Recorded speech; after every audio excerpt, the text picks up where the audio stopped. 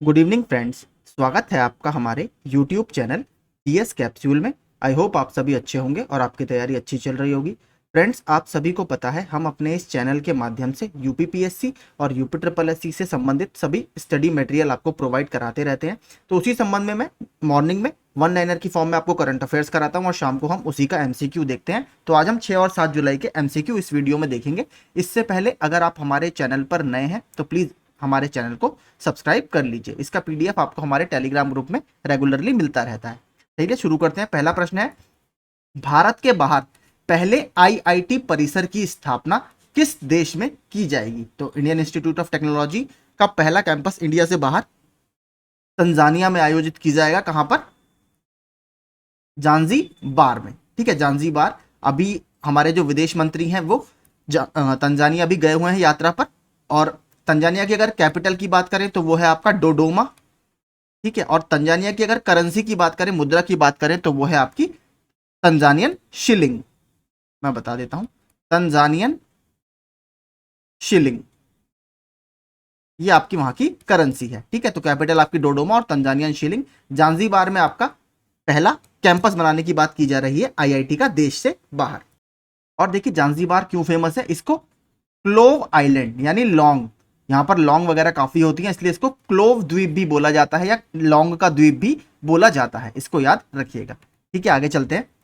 AIFF यानी all India football federation पुरुष player of the year 2023 किसे नामित किया गया है? तो ये लालियान ज्वाला चांगते जी को यह अवार्ड दिया गया है। अगर हम फीमेल कैटेगरी में बात करें तो मनीषा कल्याण।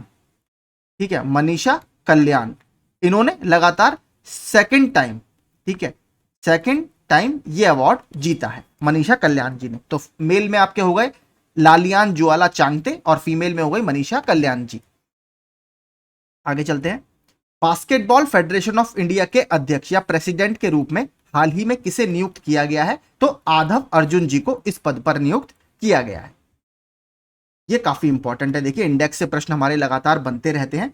ग्लोबल पीस इंडेक्स 2023 के अनुसार दुनिया का सबसे शांतिपूर्ण देश कौन सा है? तो लगातार 12वें साल सबसे शांतिपूर्ण देश आपका कौन सा रहा है? ये रहा है आपका, सॉरी माफ कीजिए, आइसलैंड।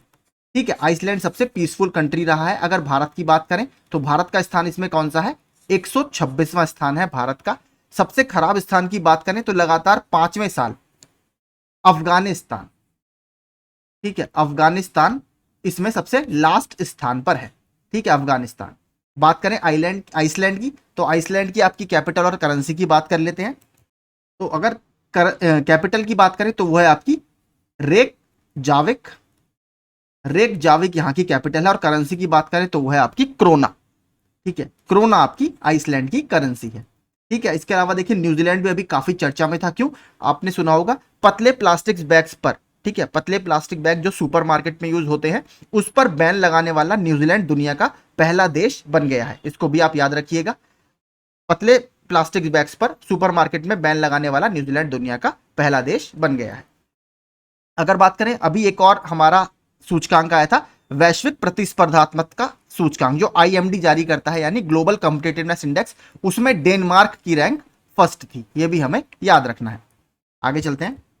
भारतीय नौसेना ने किस देश के साथ कोच्चि में 11 दिवसीय सैन्य अभ्यास का आयोजन किया? तो इंडिया ने यूएसए के साथ यह अभ्यास किया।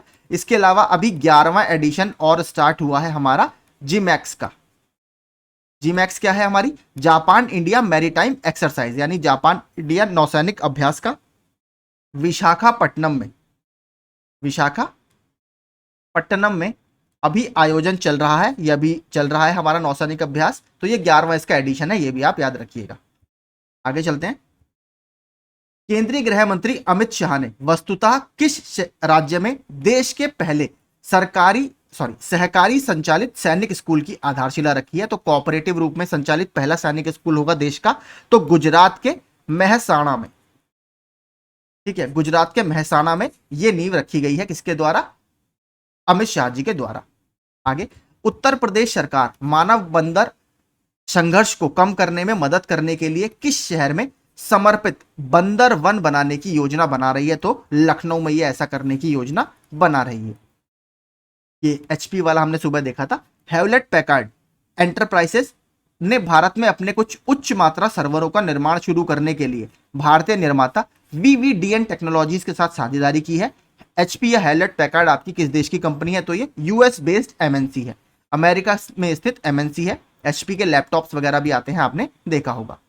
हाल ही में किस राज्य या केंद्र शासित प्रदेश ने विश्वविद्यालय के प्रोफेसरों के लिए सेवानिवृत्ति की आयु 62 से बढ़ाकर 65 वर्ष कर दी है? तो ये जम्मू और कश्मीर ने ऐसा स्टेप अभी लिया है। G20 research and innovation initiative gathering यानी RRIIG शिखर सम्मेलन और अनुसंधान मंत्रियों की बैठक किस शहर में आयोजित की गई? तो ये मुंबई में आयोजित की गई थी। और अभी मुंबई में देखिए एक और सम्मेलन हुआ था जिसमें मनसुख मंडाविया जी गए थे, जो हमारे हेल्थ मिनिस्टर हैं। ग्लोबल फार्मास्यूटिकल, ठीक है, ग्लोबल फार्मास्यूटिकल कॉन्फ्रेंस वहां पर आयोजित की गई थी, जिसमें हमारे हेल्थ मिनिस्टर गए थे, वो भी मुंबई में आयोजित हुई थी। कौन सी राज्य सरकार आगामी विधानसभा सत्र में एक विधेयक पेश करके भर्ती परीक्षा पेपर लीक के खिलाफ कड़े कदम उठाने और उसके लिए तैयार है? तो यह है आपकी राजस्थान। इसमें इन्होंने कहा है कि हम उसे आजीवन कारावास तक की सजा उसमें बढ़ाएंगे अगर कोई पेपर लीक में संलिप्त पाया जाता है।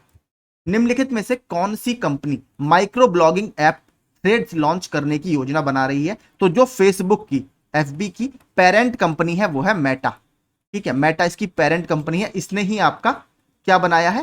ट्विटर को टक्कर देने के लिए एक माइक्रो ब्लॉगिंग ऐप थ्रेड्स बनाया है, और इसको ट्विटर किलर भी काफी ऑनलाइन प्लेटफॉर्म्स पर बोला जा रहा था कि ये ट्विटर की पॉपुलैरिटी को कम करेगा। ट्विटर किलर इसको बोला जा रहा था।